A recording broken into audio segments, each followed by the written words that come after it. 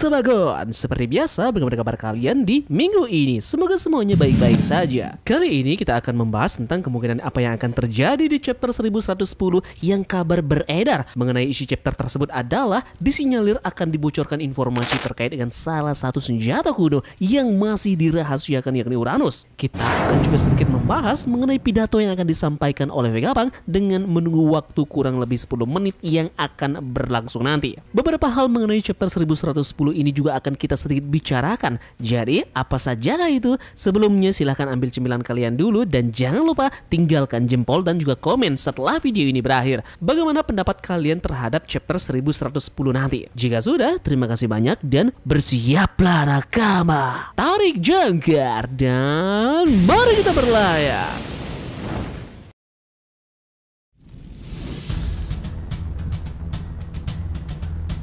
One Piece chapter 1110 dikatakan adalah salah satu chapter yang akan menampilkan beberapa kejutan di dalamnya. Salah satu hal yang sangat hangat dibahas oleh forum-forum Jepang adalah tentang isi dalam chapter tersebut yang menampilkan rahasia tentang salah satu senjata kuno yang masih dirahasiakan oleh Oda Sensei sampai saat ini, yakni bernama Uranus. Kita masih belum tahu apakah di chapter ini akan menampilkan keseluruhan utuh dari fisik senjata kuno ini atau hanya beberapa informasi yang akan sedikit menyinggung keterkaitan dari Uranus dalam ceritanya nanti. Jika Uranus akan masuk ke dalam cerita, tentu mungkin ini juga akan terkait dengan lanjutan dari chapter lalu yang menampilkan kelima Gorosei yang sudah tiba dan berkumpul di Pulau Aegean. 5 kakek tua ini diasosiasikan dengan planet, yakni Merkurius, Venus, Mars, Jupiter, dan juga Saturnus. Nah, dengan merujuk hal inilah bisa jadi planet-planet yang lainnya juga akan berkumpul di satu titik dengan mengelilingi matahari yang memang itu adalah Luffy sebagai dewa matahari. Jadi di Pulau Aegean ini sudah ada beberapa tata surya yang terlihat dan juga berkumpul.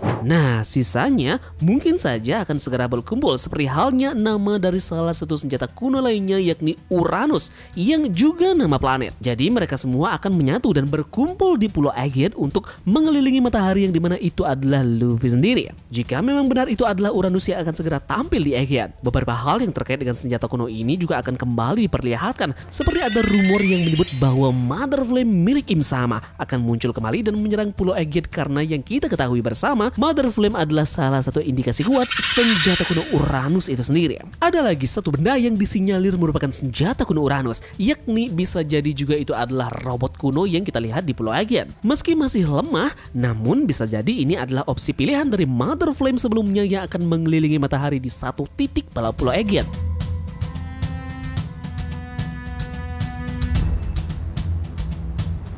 Petunjuk mengenai Uranus yang akan ditampilkan dalam chapter 1110 ini tidak berhenti sampai di situ saja. Ada hal lain yang juga mencurigakan yang beberapa dari orang-orang sudah memperkirakan hal ini akan terjadi nantinya. Petunjuk terkait Uranus yang bisa saja jadi muncul di chapter 1110 kita adalah kita saat ini akan memiliki 3 peristiwa astronomi mendatang. 13 Maret adalah hari penemuan Uranus. 20 Maret matahari melintasi ekuator langit. Kemudian 4 April planet-planet akan sejajar. Yep, apakah ini murni kebetulan? Apakah Oda Sensei memasak sesuatu yang akan luar biasa nanti? Hanya waktu yang akan menjawabnya tentang hal ini, dan yang paling dekat dengan tanggal-tanggal tersebut adalah di minggu depan, tepatnya di tanggal 13 Maret, yaitu di hari Rabu depan. Itu adalah hari penemuan Uranus yang akan menjadi pilihan dari Oda Sensei untuk menjelaskan kepada kita bentuk fisik dari Uranus itu sendiri nantinya. Mengapa peristiwa astronomi bisa jadi inspirasi Oda Sensei dengan chapter mendatang? Ini terlihat dari chapter sebelumnya yang dimana kita semua mendapatkan fakta bahwa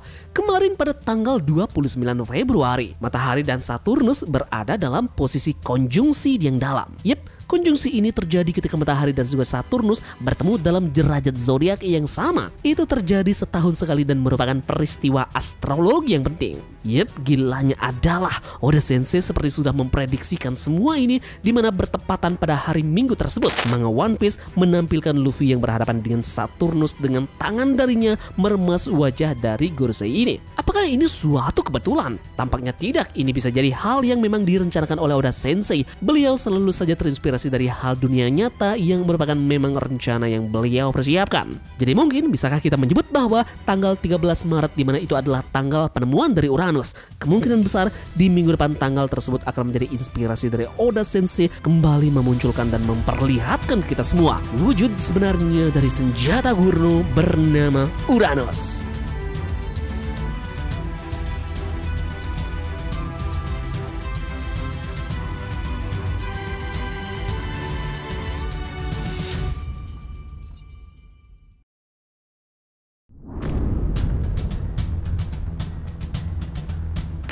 Selanjutnya kita akan beralih topik pembahasan mengenai pidato yang akan disampaikan oleh Vegapunk di 10 menit ke depan. Dunia dibuat geger dengan pesan dari Dr. Vegapunk, ilmuwan paling jenius yang meminta semua orang menyiapkan layar untuk menyaksikan kebenaran dari dunia. Kita pun bisa berspekulasi liar tentang pesan kebenaran dunia ini. Akankah Vegapunk akan mengungkapkan rahasia abad kekosongan dan kerajaan kuno? Atau akankah ia akan membongkar wujud asli Gorosei di hadapan dunia untuk membuktikan bahwa iblis yang selama ini berkuasa ternyata adalah para Gorosei? Yang menarik di sini adalah pesan dari Vegapunk akan disampaikan melalui video, bukan audio. Itu pun dia menginstruksikan agar semua orang diberi waktu untuk bisa merekord ulang video yang dia miliki. Nah, kemungkinan Vegapunk mencoba untuk memperlihatkan ke semua orang bentuk kejahatan yang dimiliki oleh Gorosei dimulai dari fisik yang para pemimpin pemerintahan dunia ini miliki. Vegapunk akan menyiarkan situasi di pulau tersebut, memperlihatkan bahwa iblislah yang sebenarnya berkuasa selama ini. Hal ini pun bisa menguntungkan Monkey D. Luffy yang sedang bertarung dalam wujud Dewa Matahari Niga. Jika dunia melihat seorang dewa bertarung melawan iblis, ini bisa jadi memicu perubahan keyakinan dan pemberontakan terhadap pemerintahan dunia. Kemudian teori lainnya adalah pesan tersebut akan mengungkap rahasia dari abad kekosongan. Karena berbentuk video, Vegapunk mungkin akan menunjukkan bukti visual berupa catatan-catatan tersembunyi dari abad kekosongan yang selama ini disembunyikan dari pemerintahan dunia. Inilah yang mungkin menjadi alasan Gorosei meminta Saturn mengumpulkan yang lainnya secepatnya. Pesan Vegapunk bisa menjadi ancaman bagi mereka dan berpotensi mengganggu keseimbangan di Green Line. Kalau bukan hal tersebut, mungkin saja ada hal lain yang dimana siaran sebenarnya akan ditransmisikan dari Elbaf, tempat tinggal dari Jaguar di Soul berada. Begitu waktu 10 menit habis, siaran akan beralih ke Soul yang mungkin akan mengungkap insiden Ohara dan bagaimana pemerintah dunia selama ini menyembunyikan banyak hal. Terakhir, ada kemungkinan Vegapunk mengetahui identitas asli dari Im Sama, penguasa sejati pemerintahan dunia. Ia bisa saja membongkar identitas Im Sama ke seluruh dunia, menunjukkan bahwa sosok misterius yang selama ini memerintah mereka sebenarnya adalah iblis. Selain itu, ada juga yang menyebut bahwa Dragon akan berkontribusi pada pidato yang akan disampaikan oleh Vegapunk. Ingatkah kalian dari momen Shaka berbicara tentang kematian Vegapunk asli dan berusaha untuk memperingatkannya? Bagaimana jika sebenarnya hal tersebut merupakan cara Vegapunk untuk meminta bantuan Dragon mengurus tentang siaran tersebut? Dalam rekamannya, kita masih bisa melihat sosok Shaka. Dia juga meminta Vegapunk untuk bersiap sambil orang-orang menyiapkan proyektor dan hal lainnya. Shaka sadar betul tentang video yang sedang direkam tersebut. Apakah artinya peringatan terhadap Dragon dilakukan di saat yang tepat ketika proses rekamannya dimulai? Fakta menariknya adalah baik pihak Gorosei dan Angkatan Laut tidak tahu dari mana asal atau sumber siaran Vegapunk tersebut. Yang menjadi perhatian adalah bagaimana Gorosei sendiri sebenarnya tidak yakin dengan sumber siaran Vegapunk yang ada di Labu Pace Pulau Aegean. Spekulasi yang mereka hadirkan tersebut hanya berdasarkan logika mereka dan pengetahuan mereka saja. Dragon bisa saja sudah menyiapkan strategi untuk melakukan siaran tersebut. Salah satunya adalah memalsukan lokasi sumbernya. Labu Pace kemungkinan menjadi lokasi palsu untuk mengelabui World Government dan juga Angkatan Laut. Dan kemungkinan terkait dengan lokasi sumber siaran ini juga sudah direncanakan sedemikian rupa antara Shaka dan juga Vegapunk serta Dragon sebelumnya. Apa yang membuat Vegapunk mau melakukan hal sejauh ini? Yeps, tidak lain, dia ingin semua tekad Ohara bisa dipertahankan. Dia tidak mau semua pengorbanan yang dilakukan oleh para penduduk Ohara terbuang sia-sia. Apalagi Nico Robin sangat berterima kasih dan senang dengan sosok dari Vegapunk. Jadi, ia tahu bahwa sosok yang sudah menyelamatkan nyawanya, Saul, ternyata masih hidup.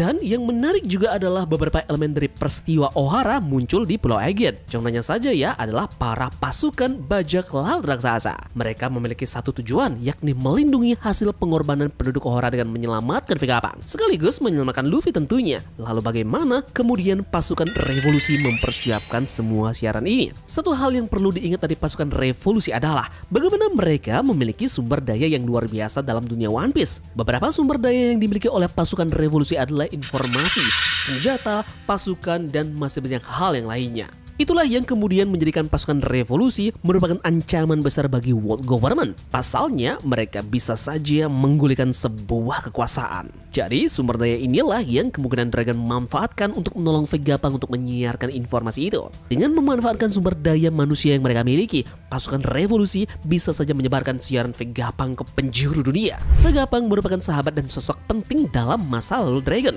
Di sisi yang lainnya, Dragon juga berhutang budi kepada Genie dan juga Kuma atas apa yang terjadi sebelumnya. Yap, jadi itu yang mungkin menjadi alasan mengapa Dragon kemudian mau membantu Vegapunk dalam rencananya ini. Oke, mungkin itu saja yang bisa Tamgon sampaikan hari ini ya. Kita akan bertemu lagi di teori selanjutnya. Terima kasih dari kalian yang sudah mau ikut berlayar bersama-sama Tamgon hari ini. Mohon maaf jika ada analisis yang berlebihan ya. Sekian dari Tamgon dan turunkan jangkar. Mari kita berlabuh.